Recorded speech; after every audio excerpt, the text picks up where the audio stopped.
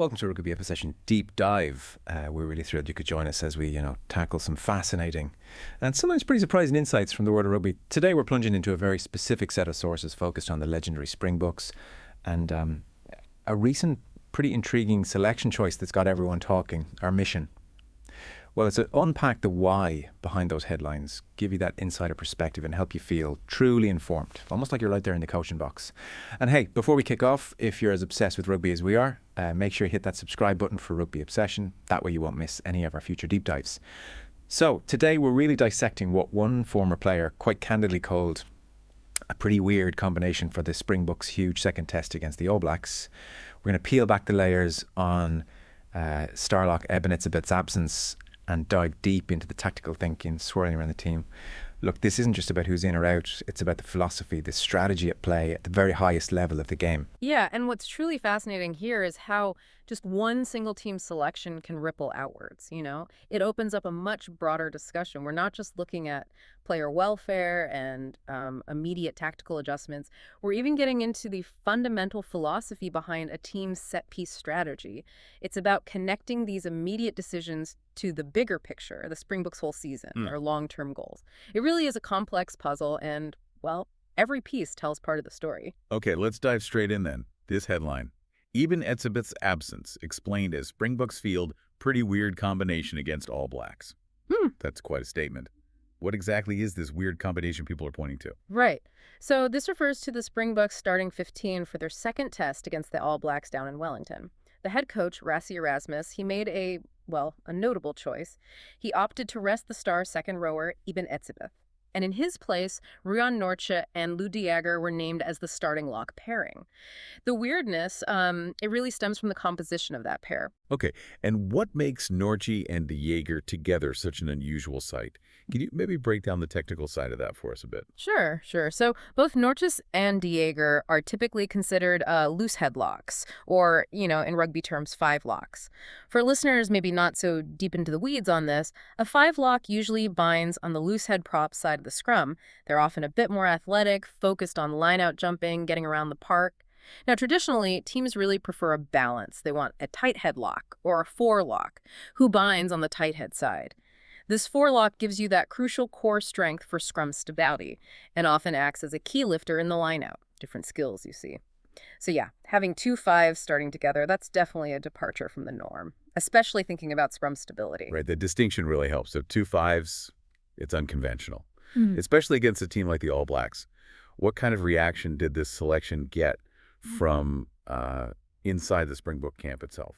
Well, it's interesting. Even Dwayne Vermeulen, former loose forward, now a Moby unit coach with SA Rugby, he actually admitted it looks pretty weird, and he's a key voice on the coaching staff, right? So his observation really underlines how unique this selection is. He said something like, obviously it looks pretty weird, but they play their part and they know exactly what they want to do. How? So it suggests they know it's unconventional, but they also believe in the players and the plan. That's quite revealing from Vermeulen. But the deeper question here isn't just who is playing. It's why a player like Eben Etzebeth, the real cornerstone of this team, is sitting out. This isn't just a simple rotation, is it? Feels like there's a more calculated strategy here. Oh, absolutely. Etzebeth's non-selection, it's primarily driven by player welfare. That seems to be the main thing. He shouldered a massive workload, played 5 of the Springboks' 6 tests this year already. Wow, 5 out of 6. Yeah, and the coaching staff, they want to make sure he can extend his career, play for a few more seasons, avoid burnout. International rugby is brutal. Vermeulen specifically said, you can't play Eben every single game. The guy's going to burn out. Right. And we still want him to play for a couple of years. Plus, you've got injuries to other key tight head locks, Salman Morat, Jean Klein. That limited their options for that 4 lock spot, too. So it's definitely not just about winning this single game. It's a longer play. Yeah. Extending a star's career. But I mean, in the cutthroat world of international rugby where every test feels massive, Right. How revolutionary is this? Are we really seeing a shift where player longevity gets prioritized over an immediate, crucial selection? Or is this still, a rare exception just for a player like Etzebeth who's almost irreplaceable? That's a great question. Really cuts to the heart of it.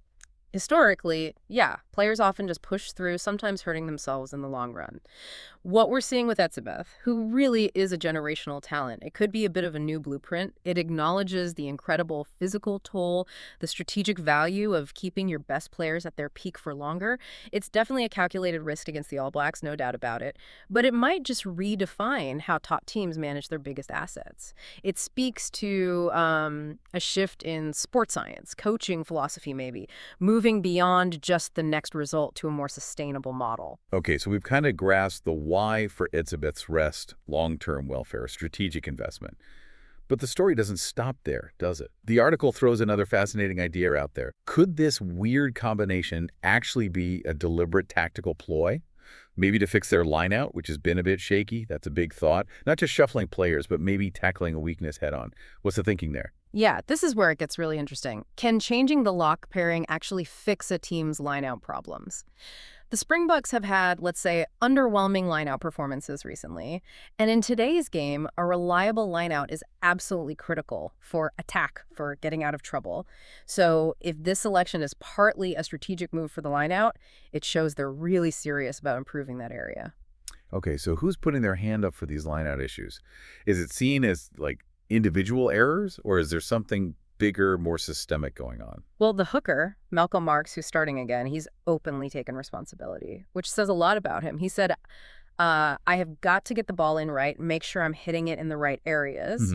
He also gave credit to the All Blacks, saying they prepped well against their four-man lineout. So he sees both sides, his execution and the opposition's defense. Makes sense from Marx's perspective, focusing on his throw. But is that the whole story? Is it all about the throw and the jump, or is there maybe a deeper strategic level to these problems? Well, not if you listen to Springbok legend Victor Matfield, a true lineout master, right? He offered a very different take on the Rivals podcast. He put it down not just to execution, but to the team's actual lineout plans. Matfield, wow. Okay. Yeah, he feels it's more systemic, how they approach the whole set piece, not just individual mistakes. Given his background, Matfield's insights carry huge weight. What exactly is his issue with the plans? What does he think they're getting wrong? Matfield feels the Bobbies don't understand the different defensive systems they're facing and, crucially, what they need to do when they are up against them. He even suggested they are more worried about the attacking play after the lineout and not first let's win the ball and play off that. So it implies this philosophical difference. Are you focused first on securing possession, or are you already thinking 2 steps ahead about the attack? It's subtle, but wow, it's a huge difference in strategy. Matfield's basically suggesting they've got their priorities a bit mixed up there. So this isn't just a drop ball. Matfield's hinting at a fundamental mismatch in how they're approaching the lineout. That's pretty significant, isn't it? What do you think? Listening in, we genuinely love to hear your opinions. Is it execution or is it strategy that's the bigger challenge for the Springbok lineout right now? Drop us a comment. Let us know what you reckon. And as we keep digging into these tactical points, if you're enjoying this deep dive, just a quick reminder, hit that subscribe button for Rugby Obsession. You won't want to miss our next analysis. We love unpacking this stuff with you. So let's bring it together. Etzebeth resting, 2-5 locks starting together, which is, well, unusual. Ongoing lineout debates with different ideas about the cause. What does all this actually mean for the Springboks right now against the All Blacks? And thinking longer term, for the rest of their season. It feels like a bit of a gamble. It does. And Dwayne Vermeulen also mentioned that this selection gives them a good challenge to see if the guys can make a step up and work without Eben. So it's not just covering an absence. It's deliberately building depth, testing the squad's resilience and how adaptable they are. It really forces other players into bigger roles, more responsibility, and serious pressure. It's about seeing who stands up. Yeah, for Nortje and Diager, it's a massive chance, but also huge pressure, right? How do you think they'll cope, especially with all the focus on the lineout? Precisely. It's a huge moment for them. They need to show they can function not just individually, but as a pair. Lead the lineout, help stabilize the scrum, and for the whole team, it's a chance to adapt.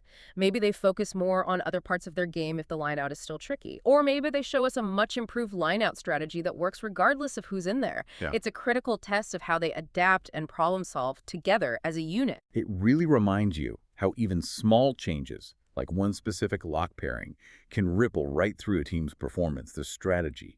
forces adjustments everywhere. And we're seeing other tweaks too, aren't we? Bringing in Jasper Wise that lets Saya Khaleesi shift back to his more natural spot on the side of the scrum.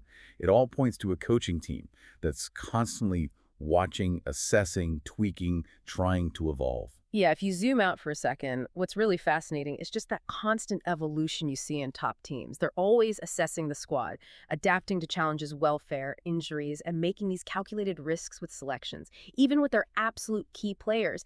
And all these decisions, ultimately, they're aimed at sustained long-term success, building a tough, versatile squad that can win in different ways. It's never static, is it? It's always moving, always being optimized.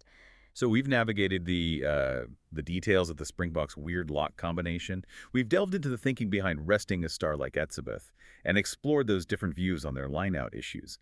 It's a fantastic example, really, of just how much thought and planning and calculated risk goes into elite rugby, right down to who wears which jersey and why. And if we think about the long game, it really highlights that constant balancing act, doesn't it? Between winning the next test, keeping players fit, and playing for longer in a brutal sport, and developing that vital squad depth for whatever comes next. Which brings up a big question for you listening in. Considering all these factors, the welfare, the tactical experiment, the strategy debates, do you think the Springboks gamble with this weird combination will actually pay off against the All Blacks?